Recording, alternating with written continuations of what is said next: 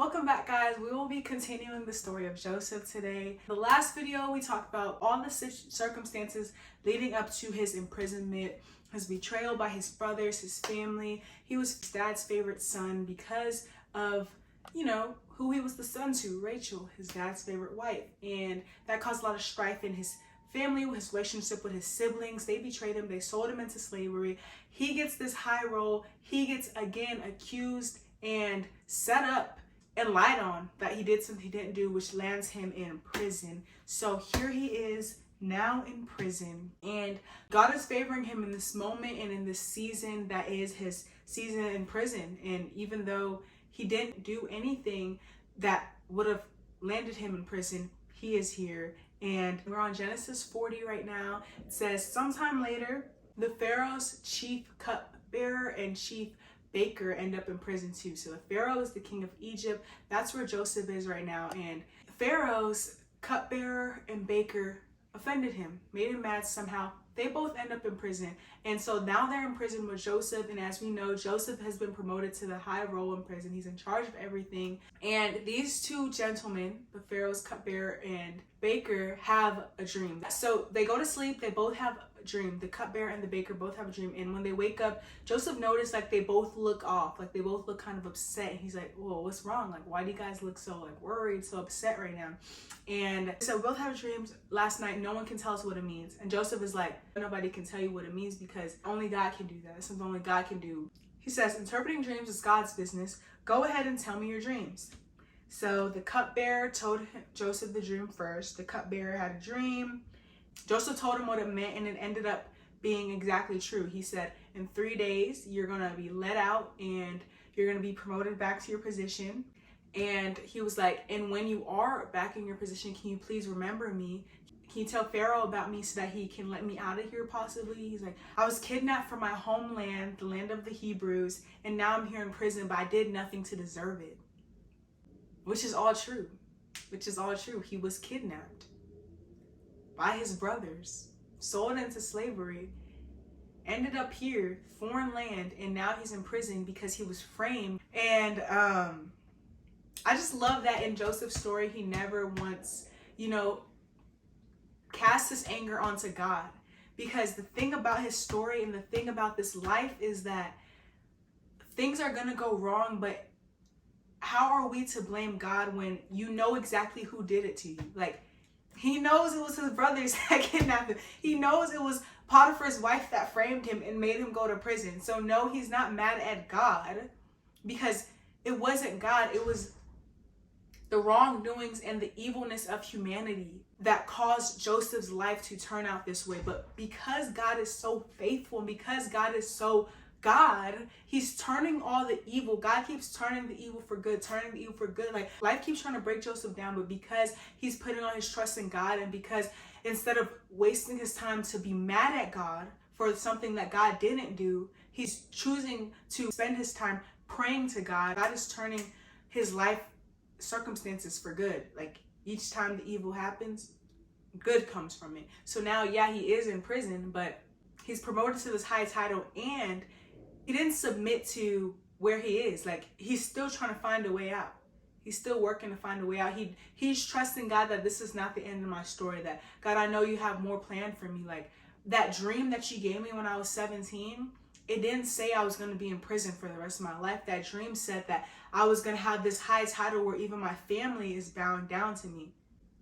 Joseph's faithfulness and his trust in God played a huge role in how his story turned out. If Joseph would have just gave up each time, if he would have just gave up in the pit, if he would have just gave up and not, worked his hardest when he was working for Potiphar, Potiphar wouldn't have seen how successful everything Joseph touched. Potiphar wouldn't have seen God's favor on Joseph.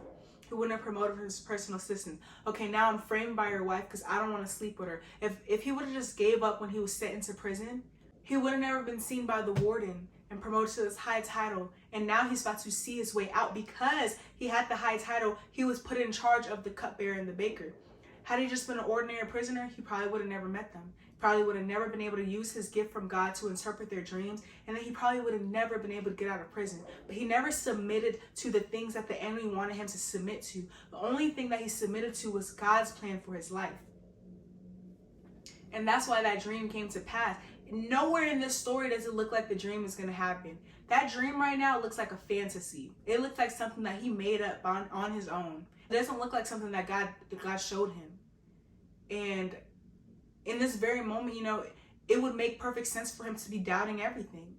It doesn't look like it's going to happen. It looks insane, actually. But I think it's those moments in life that require the most faith. And because of Joseph's faith, we're about to see where he ends up. So he's telling the guy, if you can remember me, like, just mention me to Pharaoh, so maybe he can let me out. Like, I don't even deserve to be here. I didn't do anything wrong. And so now the next guy, the baker, is like, ooh, I like the way his dream was interpreted. He about to be let out. He's going to be cupbearer again. So the baker asked for him to interpret his dream, but the baker's dream ends up being killed by Pharaoh. We're going to the next chapter in Genesis. 2 whole years has passed. Like Joseph said, the cupbearer was let out.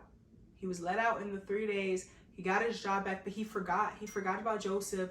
And 2 years go by, and all of a sudden Pharaoh starts having these dreams. Like, do you see this beautiful gift that God has given Joseph? He has first given Joseph a dream at the age of 17. Joseph knows what the dream means, but that dream lands him into some trouble. Now in his suffering, he's able to use his gift to interpret 2 dreams for 2 men connected. Who were the men connected to? And so now 2 years later, Pharaoh has 2 dreams. God is showing Pharaoh what's going to happen to the land of Egypt and the land surrounding Egypt. So Pharaoh has those 2 dreams. He's shaken up by the dreams. He's like, what does it mean? Nobody can tell him. Finally, the cupbearer is like, wait, oh my gosh, I can't believe it. Like, I'm so wrong. Like, how did I forget? When I was in prison, remember that time he sent me to prison? There was this young Hebrew man in there with us, and he told us, he's talking about him and the baker, the cupbearer and the baker.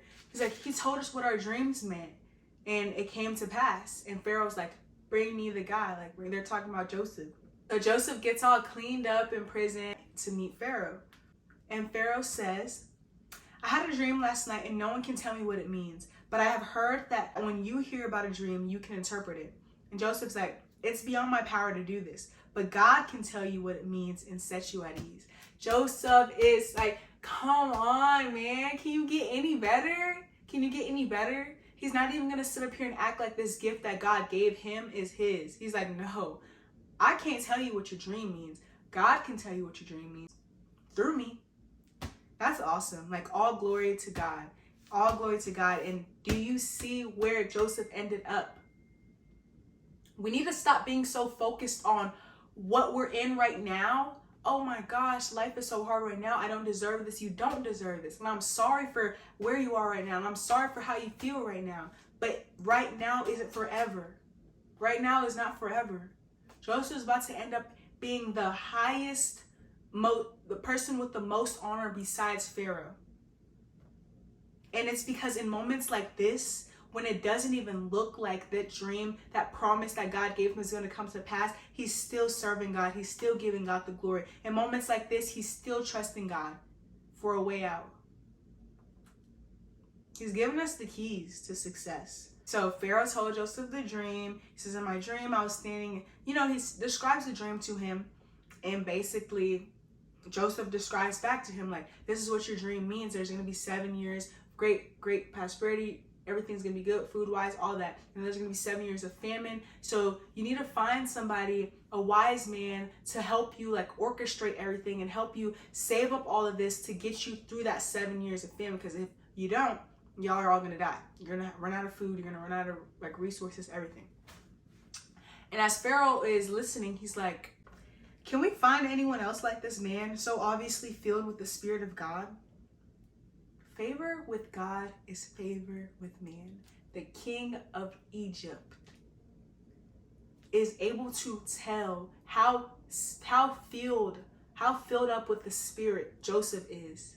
And so Joseph is now out of prison. Yeah, that's my Joseph is now out of prison, and he is being promoted by Pharaoh to be that person that needs to orchestrate this plan to help them get through the 7 years of famine. He's like, can we find anybody? no, we can't. So you will be in charge of my court. But since God has revealed the meaning of his dreams to you, clearly no one else is as intelligent or as wise as you are. You will be in charge of my court, and all my people will take orders from you. Only I, sitting on my throne, will have a rank higher than yours. That's my JoJo. Did you hear what Pharaoh just told him? Pharaoh just told Joseph that the only person in this you know how big Egypt was? It still is. He says the only person who's going to have a higher rank than you, Joseph, is me, Pharaoh. So Joseph is now having a higher rank than Potiphar, who he used to work for. Having a higher rank than all these people in the prison. Like, are you serious right now? Are you serious right now? When God moves, he moves suddenly. It's unpredictable. Only God is perfect. Only God's ways are perfect. Only God can take what they meant for evil and turn it into something so good as this. It's only God. I hereby put you in charge of the entire land of Egypt. Then Pharaoh removed his ring from his hand and placed it on Joseph's finger. He dressed him up in fine linen clothing and hung a gold chain around his neck. Then he had Joseph ride in the chariot reserved for his second in command, and wherever Joseph went, the command was shouted. So Pharaoh put Joseph in charge of all Egypt. And Pharaoh said to him, I am Pharaoh, but no one will lift a hand or foot in the entire land of Egypt without your approval. Joseph is in charge of, Joseph is basically the king of Egypt. Basically. Wow. Wow. Who would have predicted this? Joseph wouldn't have even predicted it. Because when he asked the cupbearer 2 years ago to remember him, he forgot instantly. As soon as he got out of prison, he forgot about Joseph. So 2 years went by before Joseph reaped the benefits of what he sowed. 2 years. Some of y'all been waiting for 2 weeks and y'all done already given up. Joseph stayed faithful and trusted God for 2 years. That man forgot about him the second he got out. And 2 years later, you see God's perfection. He sent Pharaoh a dream knowing that he was going to use Joseph to interpret that dream. God is so perfect in all of his ways.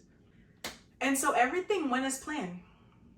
You know, Egypt went through the 7 years of great harvest and then 7 years of famine. And it wasn't just Egypt. It was all the surrounding land. And you know what that means? I'm getting goosebumps. Because it was all the surrounding lands, that means that Canaan, the land of his father and his brother and all his family where they're living, they was hit with the famine too. So everybody has run out of food and everybody is coming to Egypt because they hear that Egypt is giving out food because Joseph did such a great job storing it up during the great years because they knew the famine was coming. So they're very well prepared, very well stocked, and they have now enough to give out to everybody. So now Joseph's father Jacob is back in the picture. We're on Genesis 42. It says, when Jacob heard that the grain was available in Egypt, he said to his sons, why are you standing around looking at one another? I've heard there's grain in Egypt. Go down there and buy enough grain to keep us alive. Otherwise, we'll die. So Joseph's 10 older brothers went down to Egypt to buy grain. Joseph's 10 older brothers have now traveled to Egypt. They are now in the same land as Joseph. But Jacob wouldn't let Joseph's younger brother Benjamin go with them for fear some harm might come with him. Jacob is still suffering, he's scared. This is the last I have of Rachel. Rachel died, giving birth to Benjamin. Rachel gave him Benjamin and Joseph. Joseph, in Jacob's mind, is already dead. So no, I'm keeping Benjamin with me by my side because Jacob knows he can't suffer the death. The death of Benjamin will probably kill Jacob from heartbreak. So Benjamin's not allowed to go. So the boys arrived in Egypt. Joseph's brothers are in Egypt. They came. There's a line of so many people. They're trying to buy food. Of course, Joseph is in charge of all of Egypt, so they're gonna have to answer to him. And like I said, there's many people there trying to buy food. All day probably Joseph is charging people this amount for the amount of food that they need. But as soon as he saw his brothers, he instantly recognized them. He instantly recognized his brothers. They didn't even know that they were sitting up here bowing down to Joseph. They had no idea who it was that they were answering to. But Joseph instantly knew it was his brothers. He recognized his brothers instantly, but he pretended to be a stranger and spoke harshly to them. Where are you from? He demanded. From the land of Canaan. They replied, "We have come to buy food." Although Joseph recognized his brothers, they didn't recognize him, and he remembered the dreams he'd had about them many years before. He said to them, "You are spies. You've come to see how vulnerable our land has become." They're like, "No, my lord. Your servants have simply come to buy food. We're all brothers, members of the same family. We are honest men, sir. We are not spies." That is crazy. They said, "No, my lord. Your servants have come to buy food." They are calling themselves servants to Joseph. So do you see what just happened? What just happened is that despite all the odds of Joseph's life, despite the bitterness, despite the envy, the jealousy, embarrassment, despite all those emotions that everybody, his oppositioners, felt, God's will, God's promise still prevailed. It still came to pass. Despite all odds, do you guys know that there is nothing that anybody or anything on this earth can do to destroy, to destruct, to dismiss a promise that God has given you? When you are in full surrenderance of that promise, when you are trusting God for that promise, nothing can get in the way. The dream has now come into pass. And I think I'm gonna stop this one right here, just because this next part, it's gonna be the last part, I promise you. But it's just like, wow. There's so many emotions surrounding this final part of Joseph's story that it needs to have its own video. It just does. It needs to. There's so many things to unpack in the last bit of Joseph's story. We're talking about restoring family ties, forgiveness. Do you know how much forgiving Joseph had to do? Wow. We're talking about years of hurt. Wow. Yeah. Okay, we're about to get into it. The last part, but thank you guys so much for watching. I will catch you guys in the last part of Joseph's story. Joseph is such a noble man, and we thank God for this story so that we're able to relate.